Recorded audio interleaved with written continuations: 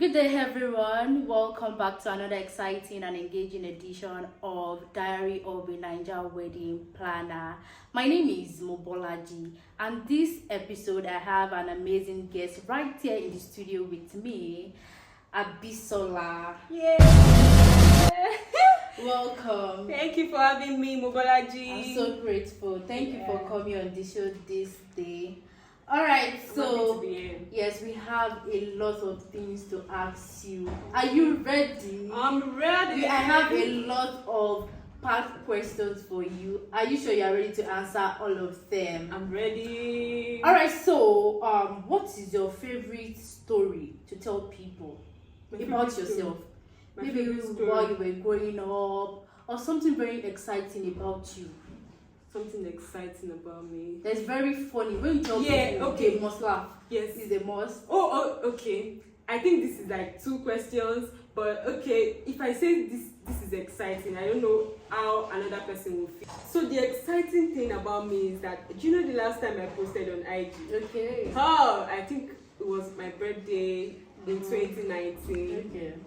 And I am very active on that page. Wow. Yes, I am. So when people ask me, wait, why don't you post? I'm like, who's there to post? I'm all fine, but no, I am. Yes, I am. So it's actually exciting about me. And one funny thing that happened to me recently was that I posted something on my WhatsApp, and so my friends kept liking. I'm like, what's exciting about this thing? You guys don't like my post on the normal ground, and they're like, the next thing my friend just said, are you inside a plane? I said, what? Me, I'm inside a bus.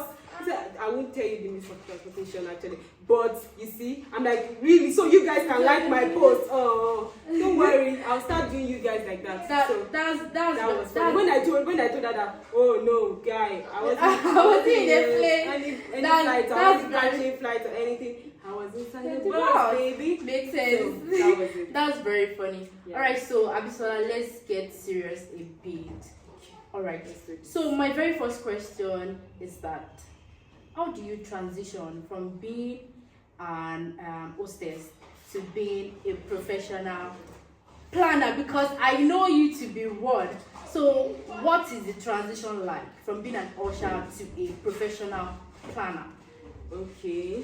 So the journey went like this. It was from passion. So I always go to events as an usher, event hostess. What year was this? When I was in school, yes, it was my side hustle. So then I was like, okay. I used to notice all these event coordinators and event planners, how they do, how they carry their bags, you know. I'm like, this is exciting. Like, I really like this thing, and it was interesting. So thank God for the opportunity. I got to work with more event Ville.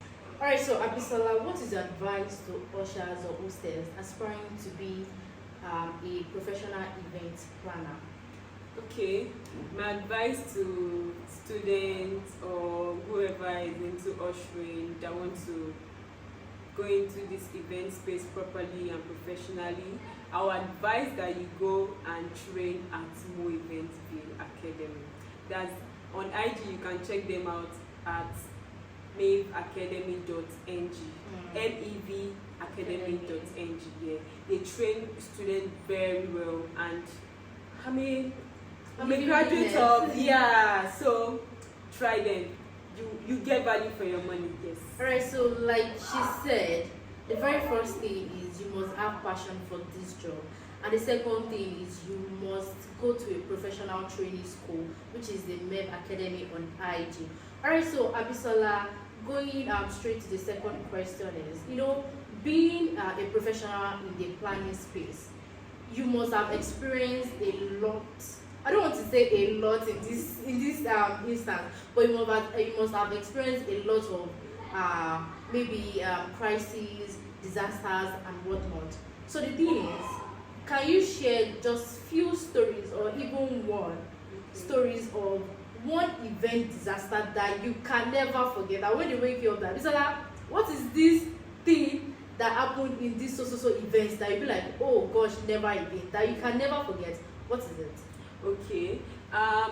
there's a particular event we had outstation some time ago. Okay. That event, we were prepping for reception. Okay. You know, it was ongoing. We just finished the joining, and then on getting to the reception venue, and I was the bride assistant. Okay. Yeah, so I took the bride to the changing room to come do her makeup and retouch her makeup and hair.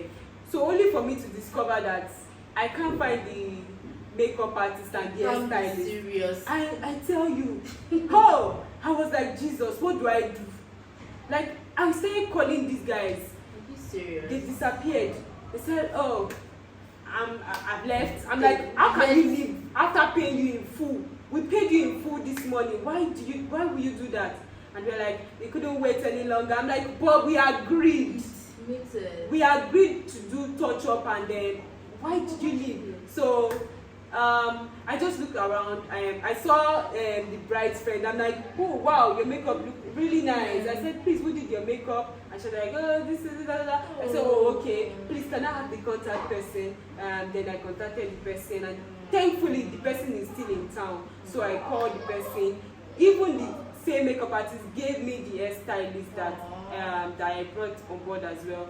So the bride was so grateful, and I'm like, God, she was scared at first that how are we going to handle this? But because we are professionals in this thing, we know what to do now. So that's why you need to be very professional about your job. You need to go to school, train, whatever you are going to do. You know, even people are outside this career, they take professional courses. So please, if you are aspiring, like I said earlier, if you are aspiring event planner, please try to go to event training school.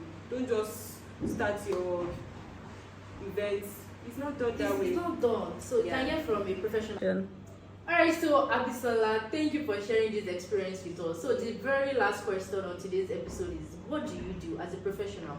What do you do when vendors disappoint? You know, this can change your mood as a planner. You know, you can even cry, you can start crying and whatnot. But what do you do when these things happen? Okay, when vendors disappoint me, first of all, I'll take water.